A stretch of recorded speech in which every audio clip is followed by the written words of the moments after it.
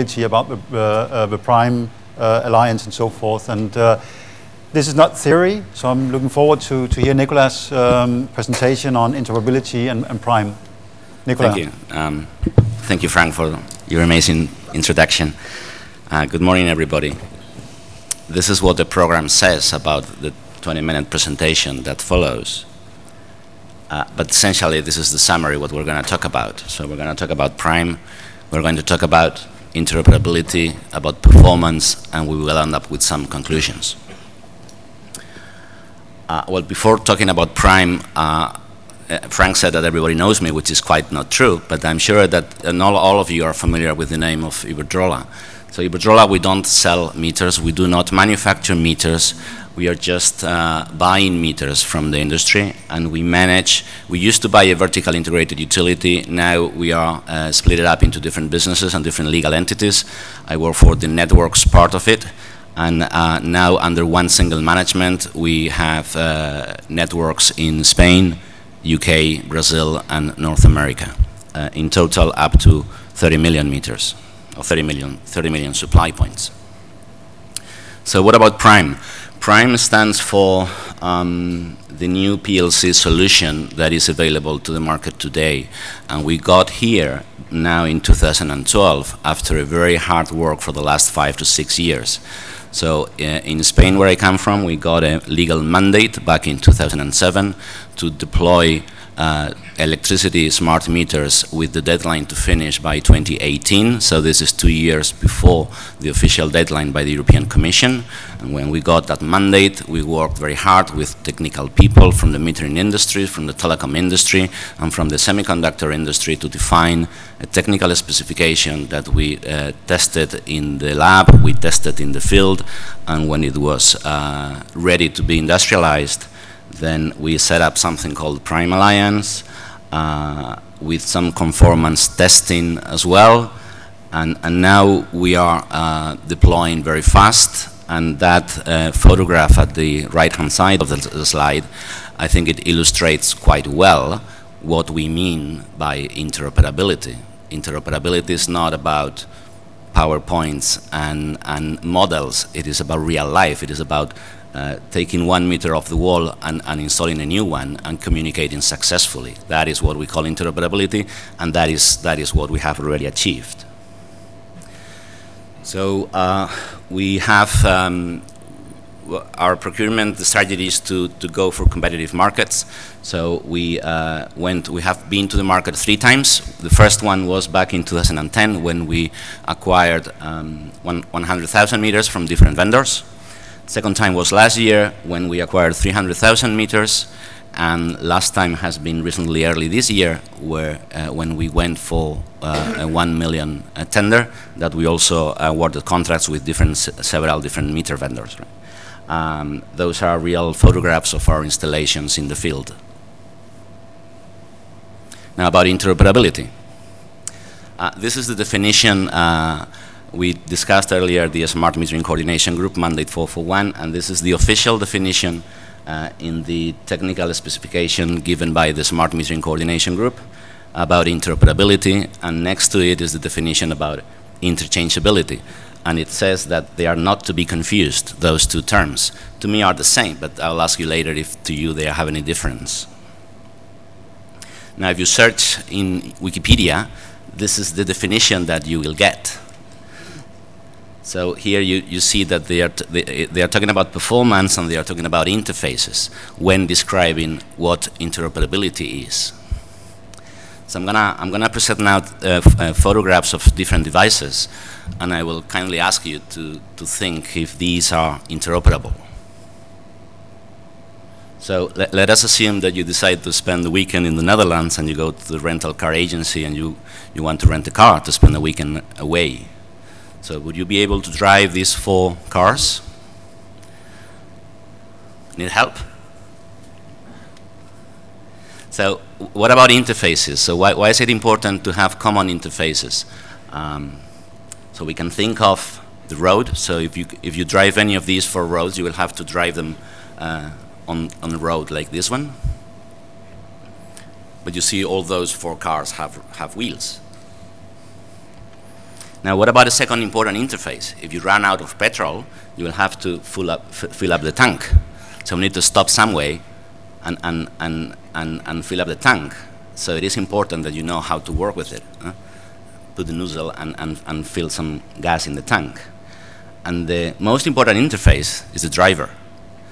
So, well, all cars, I suppose, they have a driving wheel that is round, and the majority of them, the windscreen wipers are on the right-hand side. On the left-hand side, you have the light controls.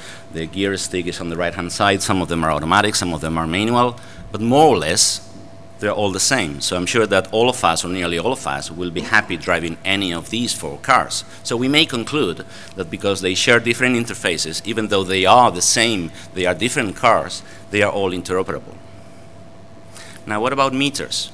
This is our architecture in smart metering. So we have the legacy billing system, which is called SIG, CIS, Customer Information System. That is our meter data management.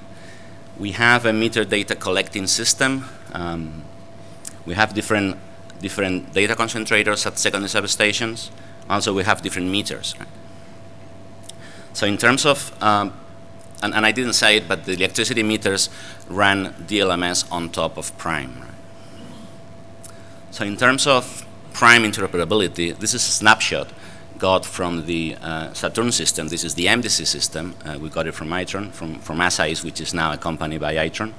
And you can see there, I don't know if you can see it, but the very first meters come from Landis+Gyr, the other ones come from Sagemcom, and the last ones come from ZIV. So these 3 meters are different.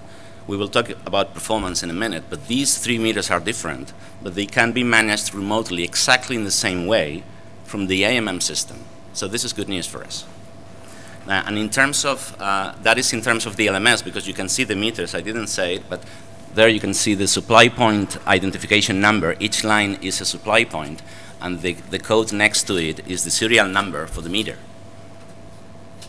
And in terms of Prime, this is the same, this is a different picture of the same story. This is the MAC addresses for every single line is a meter, which means that every single line is a service node.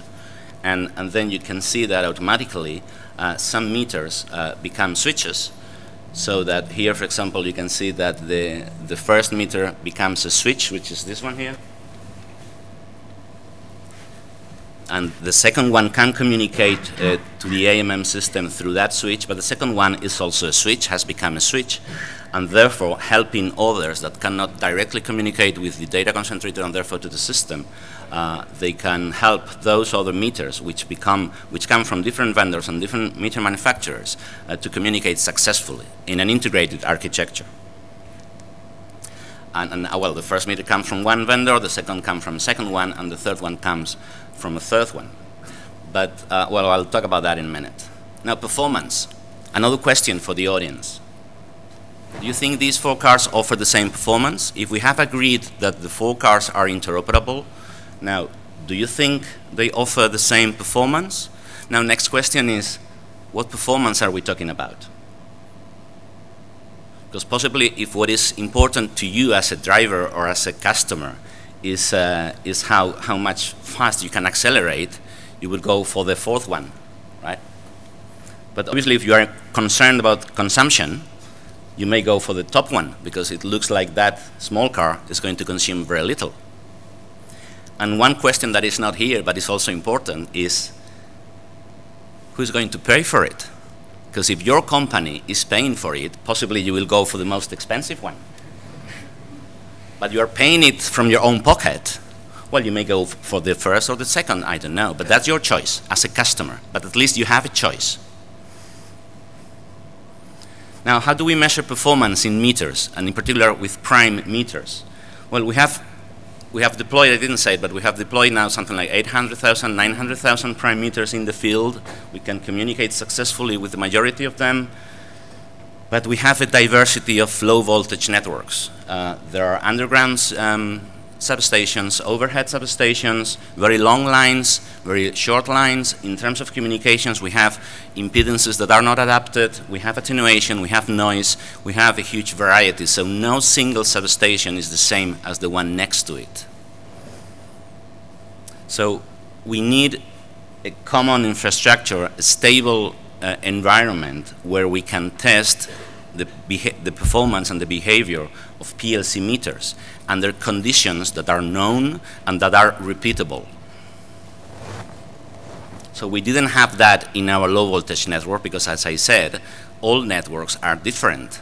And obviously we cannot bother our customers replacing meters every day so that we can test the performance of different meters under the same conditions. So what did we do? Well, we set up a test bench at an external laboratory, and this is ITE in Valencia, where they were kind enough to build just a new substation for us. And that is the infrastructure that they have. So they are very flexible in terms of how they are going to configure a number of meter rooms, the number of different lines, the length of the lines, the impedances of the lines, etc., so that we can configure the same environment for different solutions. And then we can run tests and we can benchmark those solutions based on the results of those tests. And the number of meters they can set up is up to 350 meters. So this is just an example of one of the many meter rooms, 2B, they have 2A, 3A, 3B, etc., where they can also run interoperability tests so that you can see there different meters, different colors, different vendors, different solutions that are interoperable. But they don't offer the same performance. So this is just an example. See, the availability is 100% for the majority of them, but there are a few ones that they don't offer such a outstanding performance in terms of availability. And if you look at it from the DLMS messaging application layer, well, they do not all respond to the same polling because maybe the impedances are not adapted for particular ones, or maybe the ones that are installed in the metering room where some heavy noise is injected are not responding correctly. But some of them do, and some others don't. So, and this is the final slide about the different performances of different meter vendors and different prime solutions. So they are all prime compatible, they are all interoperable, but they perform slightly different. And you can see there 1, 2, 3, 4, 5 different graphs. They belong to 5 different vendors, and and you can see, well, you don't see it from the back, but there's A1, B, C, D1, A2, and D2. So it is either different solutions coming from different vendors, or it may also be the case that it is the same vendor testing different implementations of their solution, because that also helps them to fine-tune and develop and improve the performance of the meters they bring to the market. So, summary. This is just a quote of the paragraph of the 3-page document, which is the Mandate 441 that was referred to earlier. So it says, it is possible to develop common solutions that enable interoperability, which will enable mass production and full competition on the scale of the EU market to reduce the price of highly performing state-of-the-art meters. So it's not Iberdrola who says that. It's not Nicolas Arcauz who says that. It is the European Commission. That is the quote from the mandate. So, in summary, through interoperability, the European Commission wants to achieve 3 targets: competitive meter market, low cost, and high performance. So, if we have to define what interoperability is, maybe a nice definition would be that we don't know what it is, we don't know how to define it, but it is something that will enable mass production, full competition, blah, blah, blah. So that's my preferred definition of interoperability, because it's not what I say, it's what the European Commission says. So these are real photographs of prime meters that the majority of them we have already installed in our low voltage network in real life in volumes up to 800,000 units now, that work beautifully well, but they also, we are starting to see different results in terms of performance, because they are fully interoperable, they are totally conformant to the spec, but as in the example with the cars, they do not offer the same performance. So conclusions. Well, you call it whatever you want to call it. But make no mistake, don't get lost in translation. Interoperability, interchangeability, interconnectivity, doesn't matter. You know what I call it? I call it freedom.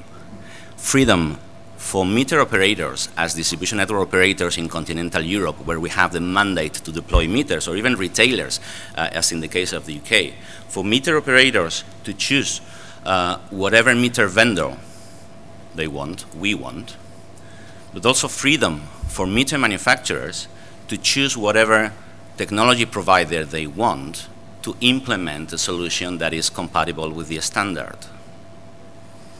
And at the very end of the day, that is the same freedom for meter operators to choose different meters, for meter manufacturers to choose from different technology providers, the same one as for you and me to choose whatever rental agency we want at the Schiphol airport and choose whatever car we want and feel happy to drive.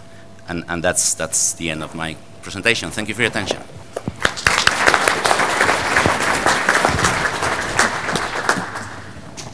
So thank you very much, Nicolas, for this very inspiring presentation. I'm sure there are a number of questions to Nicolas, so we'll start here. I have to run. Here we are. Thank you. Hi, my name is David Svenbering from Alliander.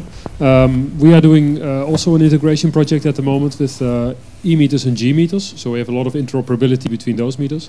Can you tell something more about the testing process and how you made sure that they are interoperable? How many cycles did you have to go through before you could show that the meters are interoperable? That whole process, how did that work for you? Well, we started to do that in the office, but we didn't get very good results because the meter vendor took us as their quality control department, so things didn't work very well at the very beginning. So what we have done is we have appointed external agencies to certify that the device is conformant to the specification. And in fact, they ran 2 different tests, one about prime and the second one about DLMS COSEM. So it's not enough that the vendor says that I am DLMS compliant, because DLMS, I don't know if you like it or you don't, but it is too open a standard that you need to define a profile. So we are not interested in knowing that the device is DLMS compliant. We are interested to know that the device is the DLMS profile, the one we have defined, compliant.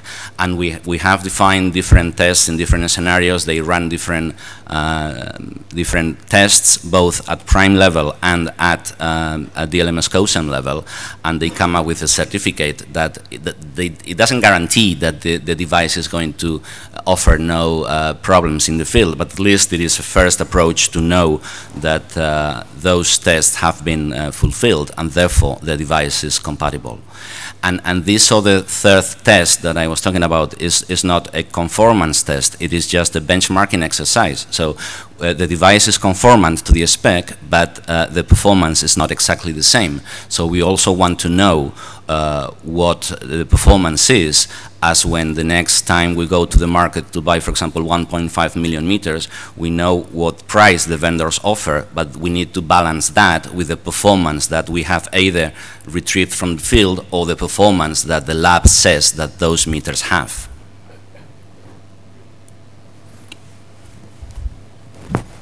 So we have a question here. I'll come running.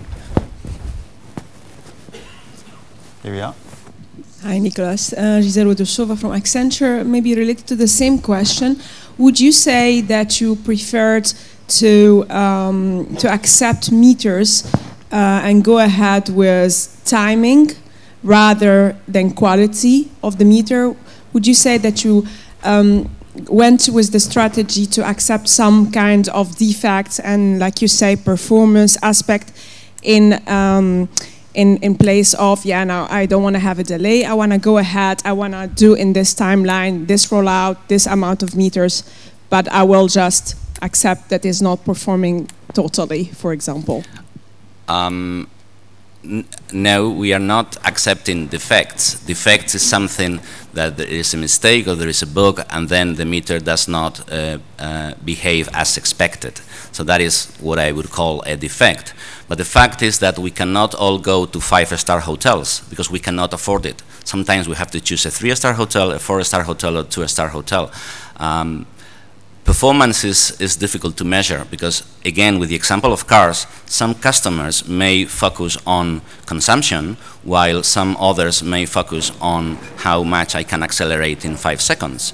With meters, it's exactly the same. Some utilities may be concerned about the internal consumption of the meter, which may be an issue for some, but may not be an issue for others. Some utilities may want to give more importance to robustness than to speed, and some others may think the opposite way. So we are all different. I suppose we can agree all on the same objectives and on the same functionality, but on top of that, well, there are different markets, there are different regulations in different countries, and this is why some utilities may prefer to focus on one particular aspect of performance, and some others may focus on some different one. That depends. Okay, one last question.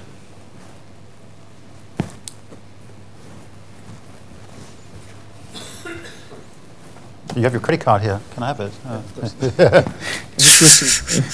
Question regarding one-phase, three-phase meters. What is your experience about installations with three-phase meters? In your pilots, in your installations, do you have one-phase or three-phase, and something more can you say about it? Installation about? Sorry. About meters, if end users are supplied by meters, one-phase meters or also three-phase meters? Well, I mean, the market in our country is the majority single-phase meters. So we buy normally 90% of the meters we buy are single-phase and 10% are three-phase. In terms of communicating, they all communicate in the same way because they all have the same prime modem from different technology providers, from ST, developed from scratch from a DSP programmable chip, or from a Texas Instrument or other different vendors, but they communicate more or less. Three-phase meters communicate in the same way as three-phase and single-phase meters communicate in the same way. From the installation point of view, obviously it takes more time to install the three-phase meters, but for communication, they communicate exactly the same way. We don't see any different performance in terms of, for example, availability of remote meter readings every day. We don't see a different behavior of single-phase meters compared to those from three-phase meters. So exactly the same. Because the service node that is within the meter is the same. Okay. Thank you very much, Nicolas. So now here, this is the coffee break, just before you leave, okay? So when you get out there, there's going to be a lot of competition for next sessions. I can tell you,